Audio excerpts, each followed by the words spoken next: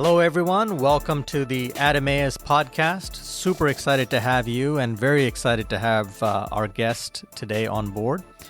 Today, we're speaking to Beth Wood, who did serve as a North Carolina State Auditor. Especially excited to speak to her because as I sit here and think about what we as corporate executives face, I think Beth's going to provide us a really broad perspective, not only on what we face, but also what it looks like to be authentically Christian in a secular setting. And while in corporate settings, we've got our challenges. When you're sitting in a political office, there's a level of challenge that's probably more than we even face. So, Beth, welcome. Super excited to have you, and thank you for joining us on this podcast. Thank you, Josh. It's my pleasure to be here. I appreciate the invitation. Well, we're going to jump right in, Beth. I'd love to kind of hear, so for us, many of us are probably relatively naive about the whole political side of things. So we'd love to kind of hear a little bit about your career, your journey, how you got to where you were. And, so maybe just talk us through that to start with. Well, I was a dental hygienist straight out of college, out of high school and into college for dental hygiene. And I worked at that for about 8 years and decided I wanted to do something more. So I went back to school, put myself through college at East Carolina University, got my accounting degree, and then worked in the corporate world for 10 years. Got fired from a job because I wouldn't cook the books and looking for another career. And I landed in Raleigh working for the local government commission. And I decided that I decided that state government was not for me.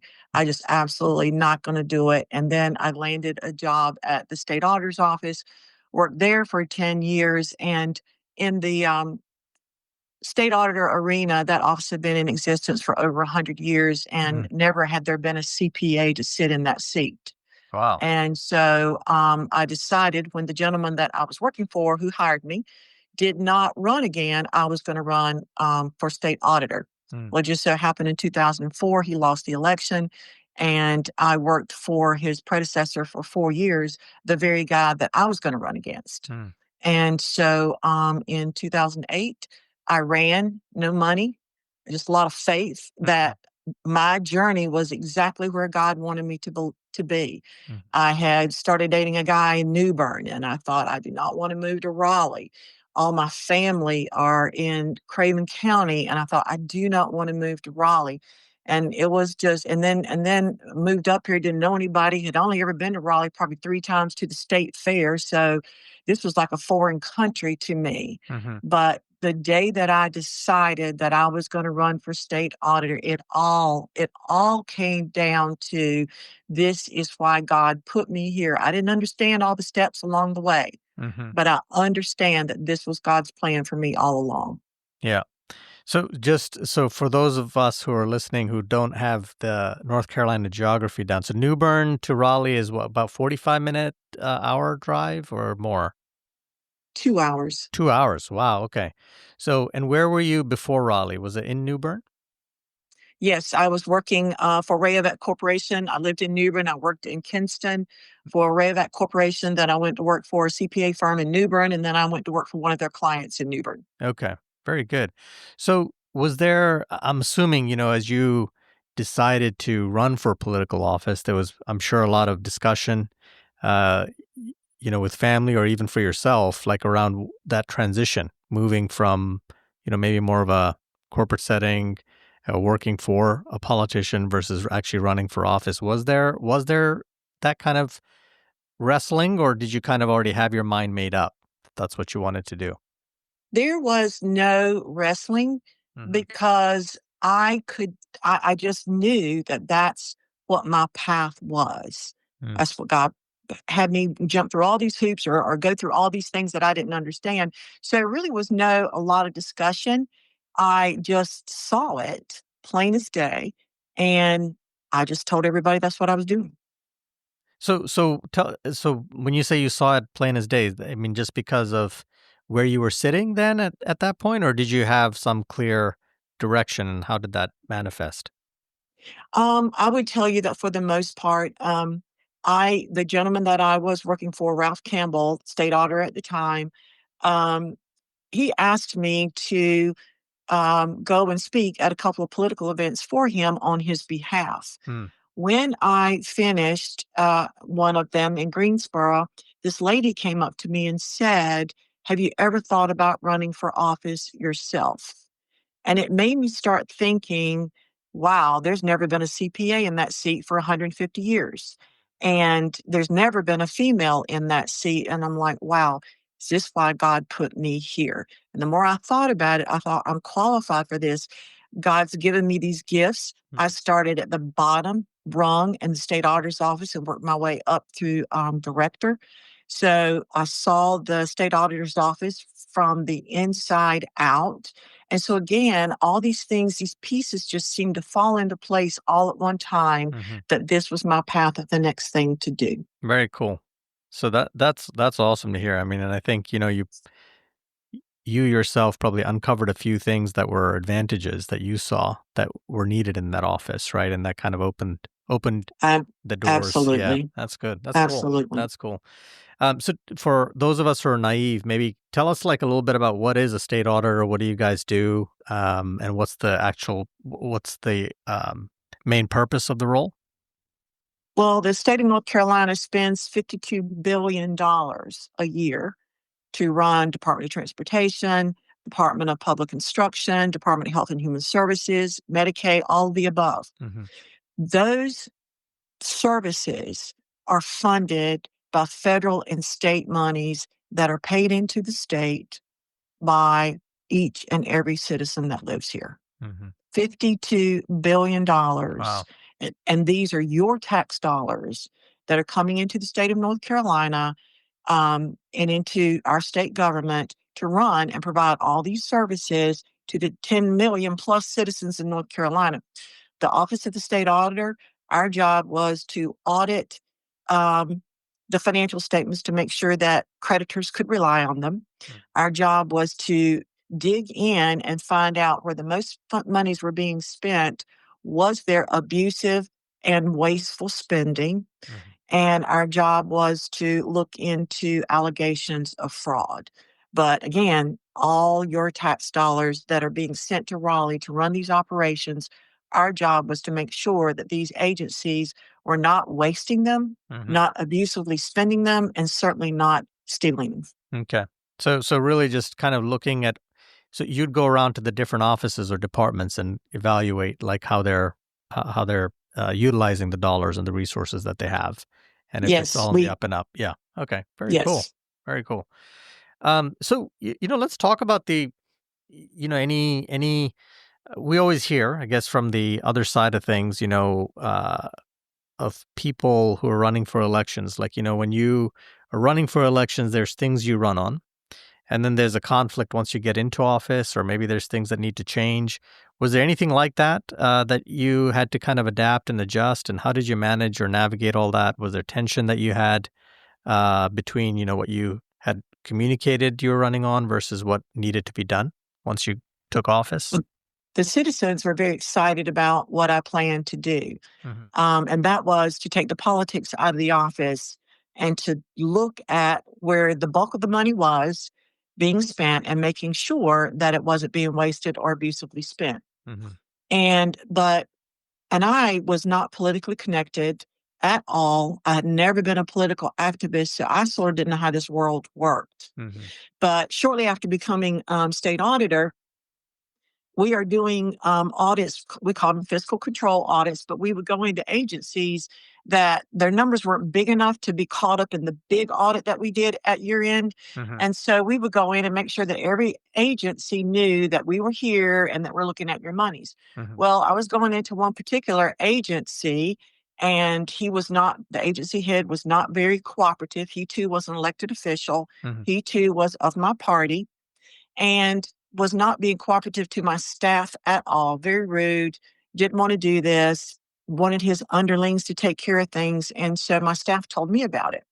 And I said, no, we're going on. We're going to perform this audit. It was on our schedule. There's a reason we're going in there. We're going to do it.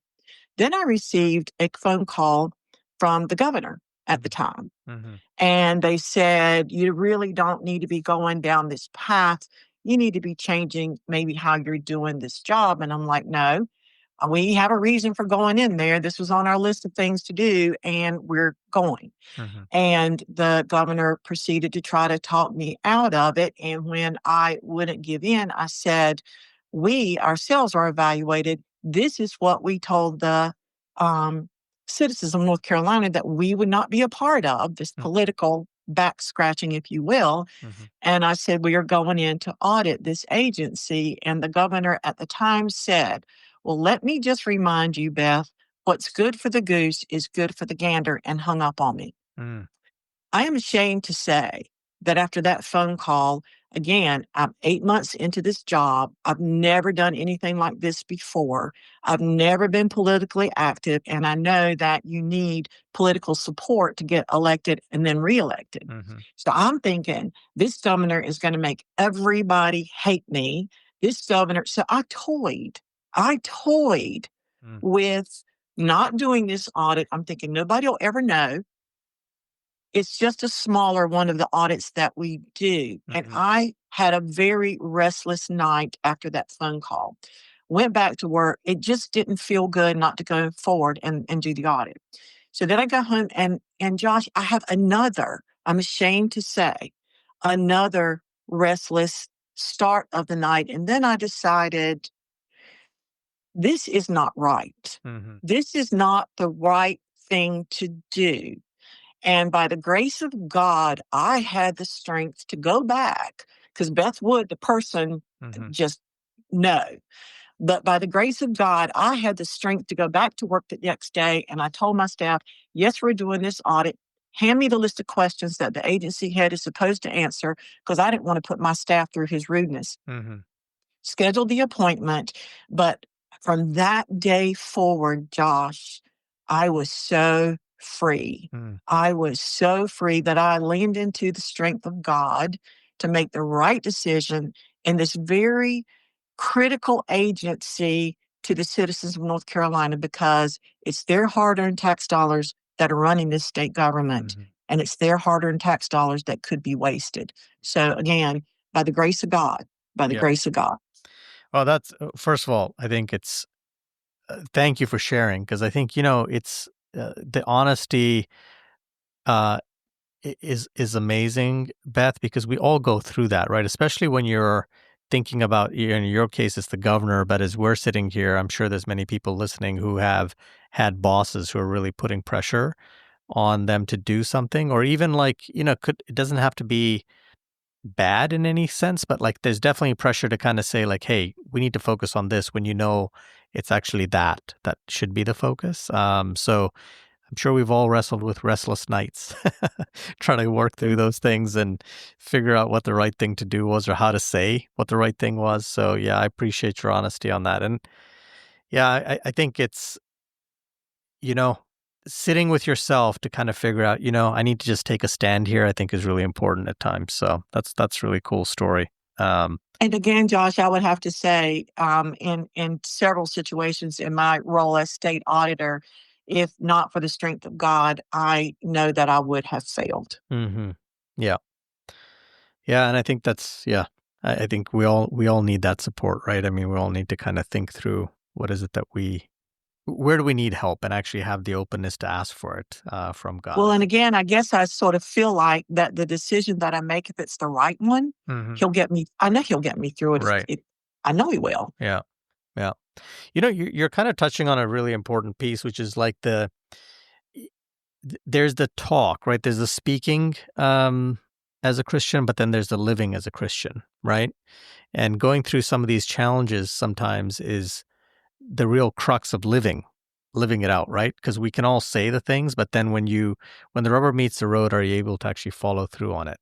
And so exactly, maybe talk to us a little bit about, what you've learned about the power of living out your faith, rather than just, trying to explain it or communicate it verbally. Well, the proof is in the actions. And I had 160 employees watching what I did. I had citizens watching decisions I made.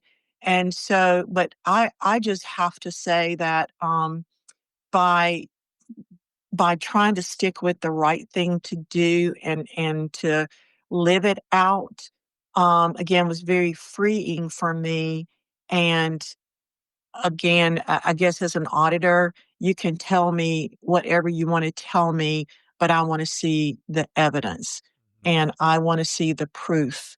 And I guess that's where I've tried to land. And let me say this, I am no way, no way where I need to be, but I work on it every day. And there are times when I am in a setting where I stop and think about, if you say this or you speak that, God's your strength, or if you speak to, I recognize God, my God-given gifts. One of them is I'm a good speaker.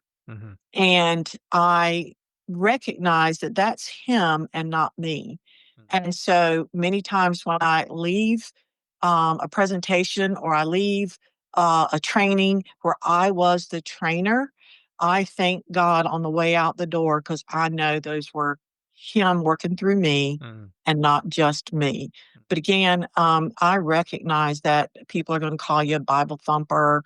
People are going to say, you're eccentric, religious freak or whatever. But again, it's just the right thing to do. And what it comes from, knowing my heart, I believe in God in my heart. I believe Jesus Christ is my Savior, and knowing it in my heart. And that's one thing that I have come to learn, particularly in the last 2 or 3 years, is that whatever's in your heart is what your actions will be. So you got to make sure your heart's right and there's no resentments and you are not harboring things inside that you're not showing people on the outside, because eventually it's going to come out. Eventually it's going to come out. Right. Right. No, and I think we always hear a lot about, get your thinking right, then your actions will be right, then the results will be right. And I think that's what you're speaking to, right? I mean, I think recognizing that if you're not thinking about things correctly, if you haven't surrendered yourself every day to whatever you're going to face that day before, surrender it to God first, right? Then I think then you see some wobble in kind of how you show up, right? And I would agree. Yeah. You will absolutely see some wobble in how you show up. You absolutely will. Yeah.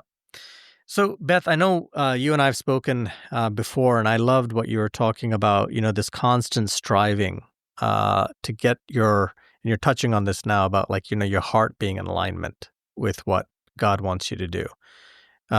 Maybe, just expound on that a little bit more and tell us kind of how that manifests in your life on a daily basis, or, however you want to articulate it, weekly, monthly, whatever. Well, and it falls out in some of the little things, because I am and I struggle with this. I am a reactive person. I'm really reactive to bad news.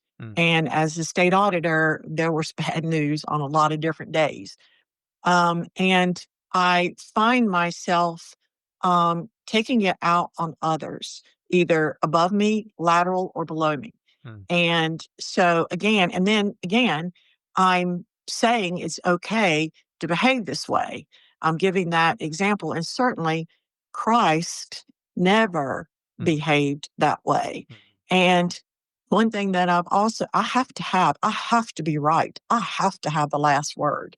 And I have learned from the Sermon on the Mount that that's what humble means.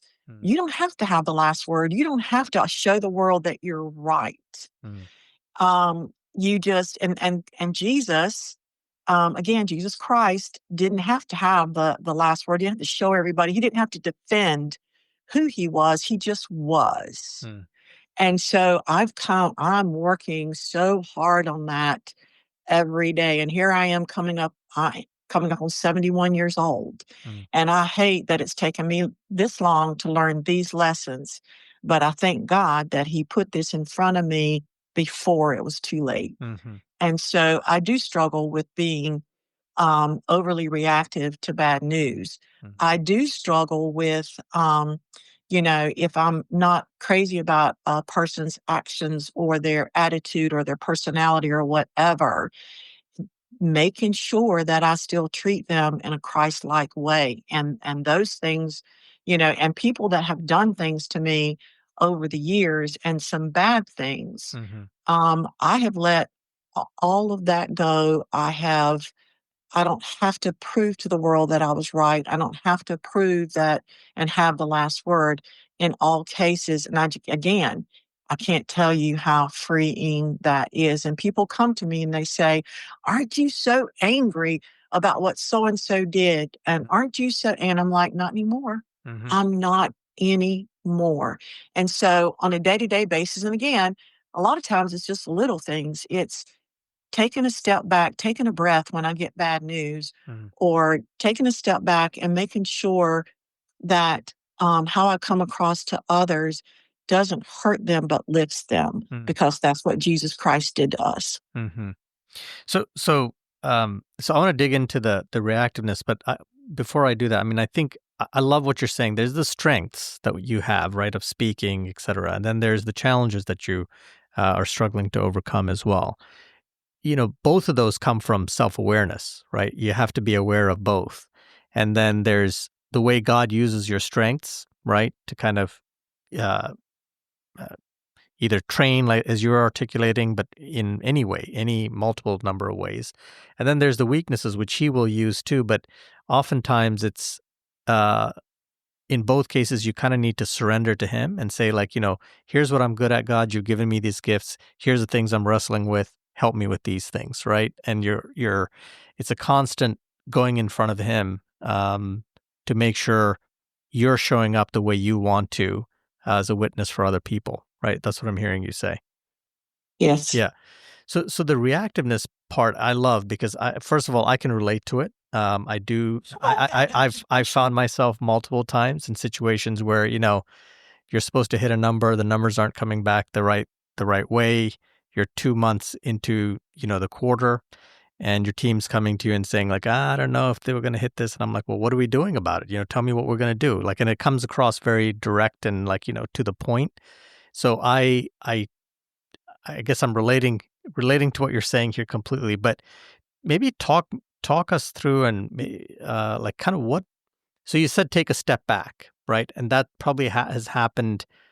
You're probably pretty good at it at this point, but kind of what was the journey that you took to kind of become good at it? Like, how did you first start getting better at it?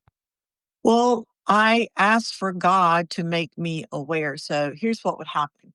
I would say my prayer in the morning, and I would ask for wisdom and discernment in doing my job as a state auditor, and I would ask to be fair and to others. And I'd ask not to be so reactionary. And then I'd go to work, and it all would blow up. But it would just blow up through the day, and then the next day I would recognize how it blew up the day before. But as I moved through time, I am now, when something comes my way and that reactionary rises up in me, there is something in my head, God talking, call it what you want, but saying, you're getting ready to go down that path. I am now aware. It's like in your DNA, it's you almost can't stop it because it's in your DNA to be that. Right. Well, now I have prayed about it and I've worked on it, but I will just tell you, Josh, there is something that clicks in me to say, you're getting ready to do that. That you're getting ready to go off on somebody. You're getting ready to react to something that you shouldn't, in a way that you shouldn't. So I think it's God talking to me is what I believe. I believe it with all my heart. Yeah, that's awesome. I mean, I love. And Josh, one other thing that you talk about, this self-awareness, and it brought to my mind something else. So when I became state auditor, I brought in a person with the table group who helped me understand how to build a team and how to build a team that is all working towards the same goal. Interestingly enough, he was a pastor of a church. Mm. So he brought that with him, and he had that heart. Another vendor that I brought in to help me with realizing what makes a person do what they do, she too was a devout Christian. Mm. So while they didn't come in preaching, Mm-hmm. they still came in with the right heart Right. to help me get my staff where we needed to be.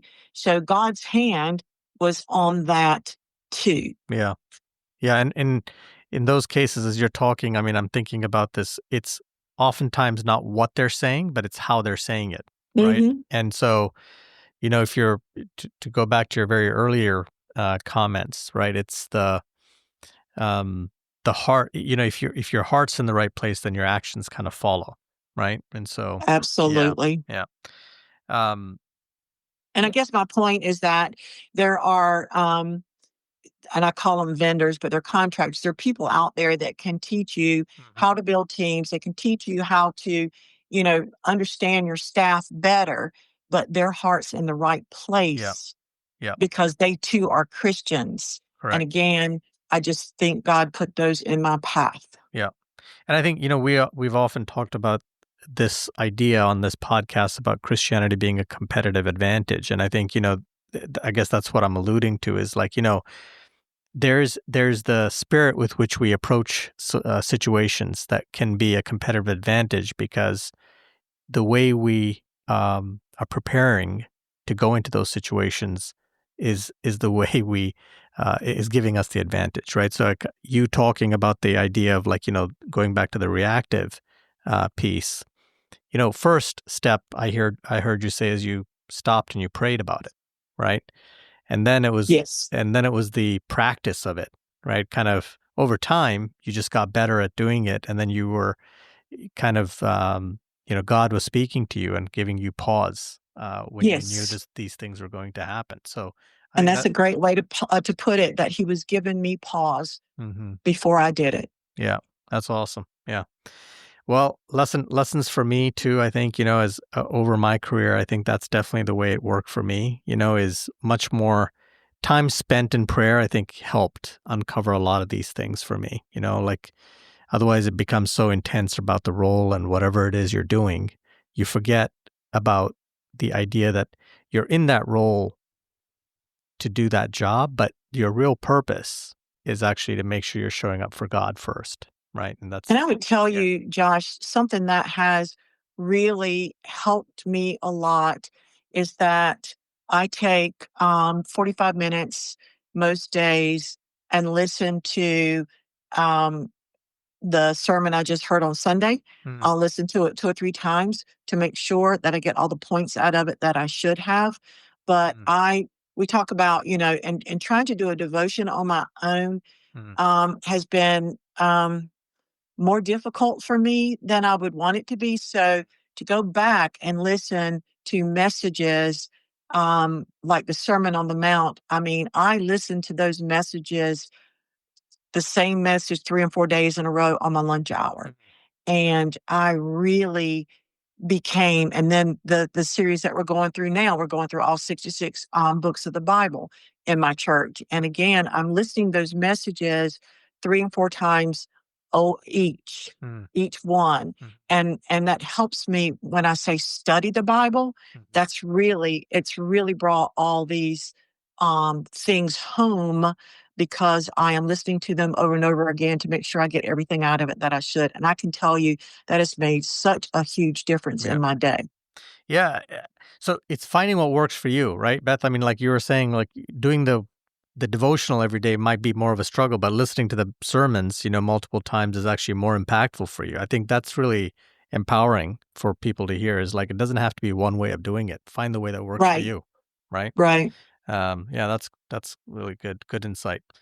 So maybe just to last couple questions here. So, as we sit in U.S. corporations, there is this, as Christians, we do face a fair amount of like, how do we handle different challenges we face that are contrarian to Christian values, right? But I would imagine in government it's even more of a challenge because, see, at least the way I look at it, in corporations, it's about inclusivity. So we're not excluding anybody; we're trying to get everybody included, right? So you might not like all the lifestyles, but at least all of them are there, right? Or all the perspectives are at the table.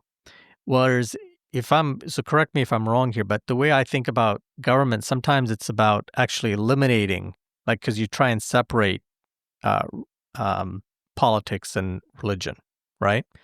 Um, is that an accurate assessment, first of all? Do you see it that way or do you see it differently?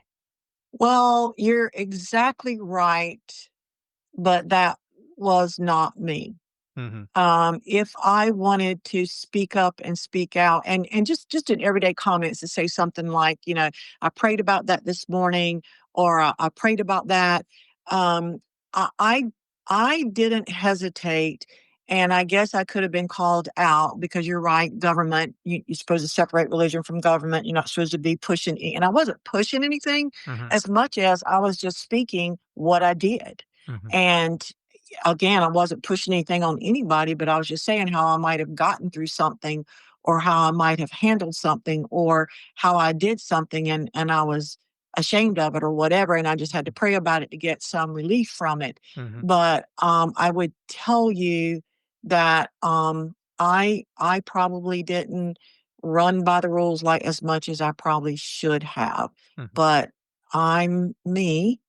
And so again, I didn't push it on anybody, but I didn't hesitate to speak up and speak out about how I got through something. Yeah.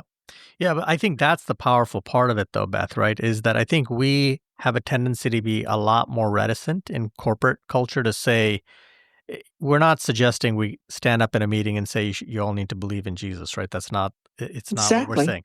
But It's by example. yeah, but what we should feel comfortable saying, if I'm hearing you correctly, that, you know, well, hey, listen, I need to go back and just think about this or pray about it, right? Or however It, you want to articulate that. Um, exactly. yeah, and I think that's okay because that is how you process through challenges or through problems you face. And so I think you're doing that in a government setting, which is actually, at least in my view of it, a lot more constrained than what we have in corporate settings, right? Yes. Yeah. So that's really it. I think that's a challenge for me and probably many of our listeners, hopefully, to kind of open the door for us to be comfortable sharing how we process through things, right? It doesn't have to be, um, we're not asking people to go out and preach. We're asking them to just articulate their values and their process to go through things. Exactly. Yeah. And again, others see that you are comfortable in your skin, you're comfortable in how you're getting through stuff, or you got through it and came on the other end looking, and feeling and being okay and not depressed or whatever. Mhm. And then people have to go, wow, I would like to come through challenges in life, or I'd like to be less stressed Mhm. in my life. Because again, I can't tell you how many times that I have said, God, I'm just putting this at your feet. I'm handing this to you. And I just can't tell you how freeing that is. That's not to say it doesn't creep back in at the end of the day or during the day, but I just say, no, God, I'm handing this to you. Mm. And to be able to tell people, people ask me, I've had some pretty, pretty tough situations, a couple years ago, pretty tough situation. And again, the only way I could put one foot in front of the other and get through it and hold my head up and keep moving was to put it at God's feet and say, God, just walk me through this. Yeah. And people ask me, how did you get through it? I said, I just laid it at God's feet and he led me through it. Yeah. Yeah. Yeah. And I think also, Beth, would love to kind of hear your perspective on, um, when you're in your kind of the office that you held, it's very public, right? Everything is out in the open. And so, like, I'm sure there's things that, people will read or Google or whatever it is. Whereas in corporate settings, there's many things that, aren't so in the public domain, right? Because when you're in politics, everything's everything's out in the open. And so, I think processing that, to your point, and like how you manage and navigate that, it's easier to do when the bubble is small. It's much harder to do when there is no bubble and it's just everybody knows everything, right? It absolutely was. And again, you had to, and so I was in a situation, it became very public, and nobody cared who was right and who was wrong. And I was pushed out of office. Mm-hmm. And the fact that it was so public, Mm-hmm. the fact that it was so public, and I thought, why is that an issue for you? Why does that matter? Because God knows and you know, and He is who you have to be right with. Right. And if there's anything wrong here, you admit it to God.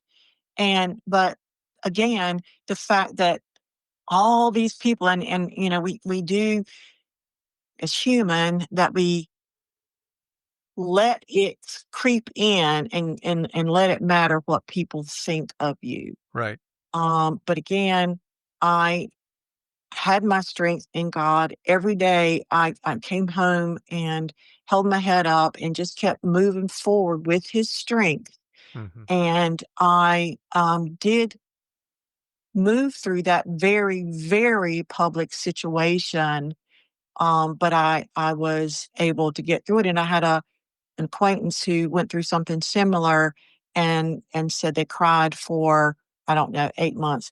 Mm-hmm. I never shed a tear. I never shed a tear because, again, I had God with me and we had to work this out, and He knew everything. I knew everything, and I didn't have anything to prove to anybody else. Mm-hmm. It was probably the toughest thing I've ever been through in my life. And at the same time, there was still joy and peace in my heart. Mm-hmm. Mm-hmm.